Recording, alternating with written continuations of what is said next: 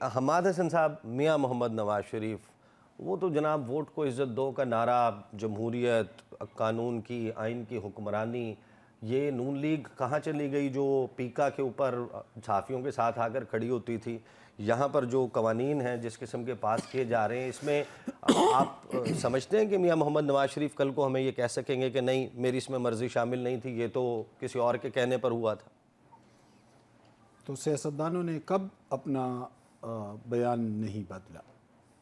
یہ تو عمران خان نے، یعنی آپ یہ کہہ رہے ہیں کہ کل کو میاں صاحب بھی کہیں گے کہ میری اس میں مرضی منشا نہیں تھی؟ میاں صاحب جب جی ٹی روڈ پر نکلے تھے، سول سپرمیسی کا نعرہ لگایا تھا، ووٹ کو عزت دو کا نعرہ لگایا تھا، مجھے کیوں نکالا کا نعرہ لگایا تھا، وہ نعرہ اب کہاں ہے؟ وہ سول سپرمیسی ہمیں دکھائی جائے، وہ آئین کی بالادستی ہمیں دکھائی جائے۔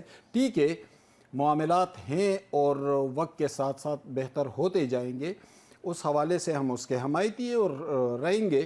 رہی سیاسی بات، تو کسی بھی سیاسی جماعت نے بدقسمتی سے ابھی تک ذمہ داری کا ثبوت نہیں دیا۔ یعنی جب وہ اقتدار میں آتے، ابھی آپ نے پیکا قانون کے حوالے سے بات کی، تو کل مریم نواز اس کی حمایتی تھی، آج پی ٹی آئی والے اس کے حمایتی ہیں۔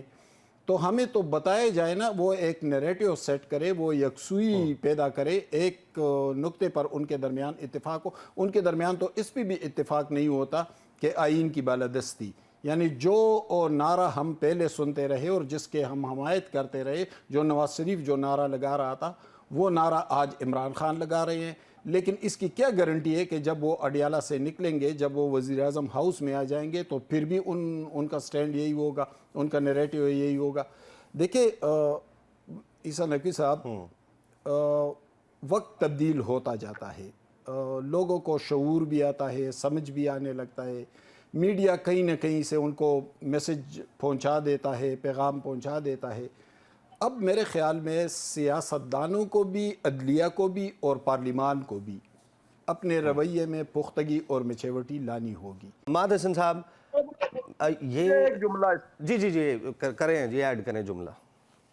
کہہ رہا ہوں کہ کاؤنٹر ایجنڈا وہی بات ہے کہ پریس کانفرنس کے ذریعے آیا نا، تو پریس کانفرنس میں تو بیانات دونوں طرف سے آ رہے تھے، اور یہ ان بیانات کے رسپونس میں ظاہر ہے ایک فریق اپنی لاجک اسٹیبلش کر رہا ہو اور دوسرا فریق خاموش نہیں رہ سکتا۔ تو ہم پولیٹیکل لوگ ہیں، ہمیں سے لوگ سوال پوچھتے ہیں ٹی وی پروگرامز میں، پریس ٹاکس میں، تو یہ آدھی وجہ یہ صحیح۔ اچھا حماد حسن صاحب، بات تو میری انفارمیشن بھی یہی ہے، جو انجینئر صاحب کہہ رہے ہیں کہ مذاکرات کا ماحول بہترین تھا، 16 تاریخ کو بھی مذاکرات کا ماحول بہترین تھا۔ مذاکرات کا ماحول باہر آ کر خراب ہوا جب یہ خبر آ گئی کہ بیرسٹر گوہر کی ملاقات ہو گئی آرمی چیف سے، اور پھر اب بات یہ بھی چل رہی ہے کوئی 20-21 تاریخ کو بھی کوئی ایک اہم ملاقات ہو گئی ہے، کوئی رستہ ابھی بھی کوئی بیک ڈور کھلا ہوا ہے۔ آپ کے پاس کیا اطلاع ہے؟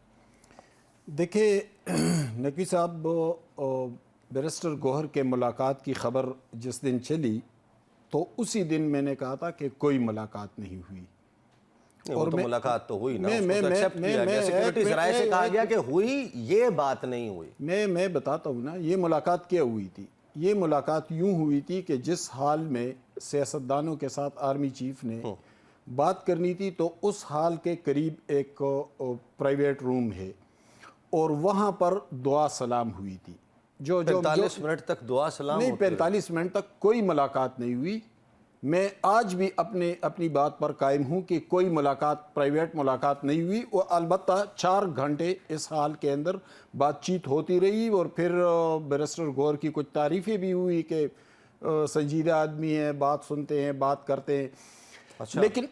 لیکن ہمیں آپٹکس کو دیکھنا چاہیے۔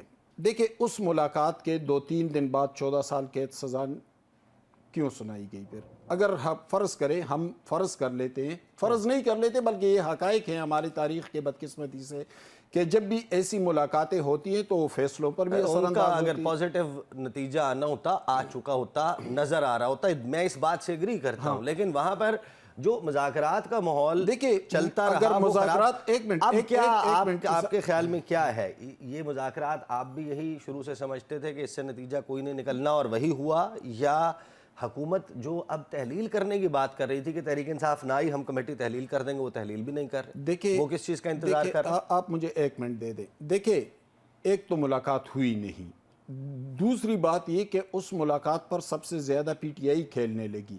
بیرسٹر گوہر نے اسمبلی میں ہمارے سامنے کہا کہ میری کوئی ملاقات نہیں ہوئی. پھر وہ اڈیالہ جاتے ہیں, اڈیالہ سے واپس آتے ہیں تو دوسرے دن کہتے ہیں کہ میری ملاقات ہوئی ہے.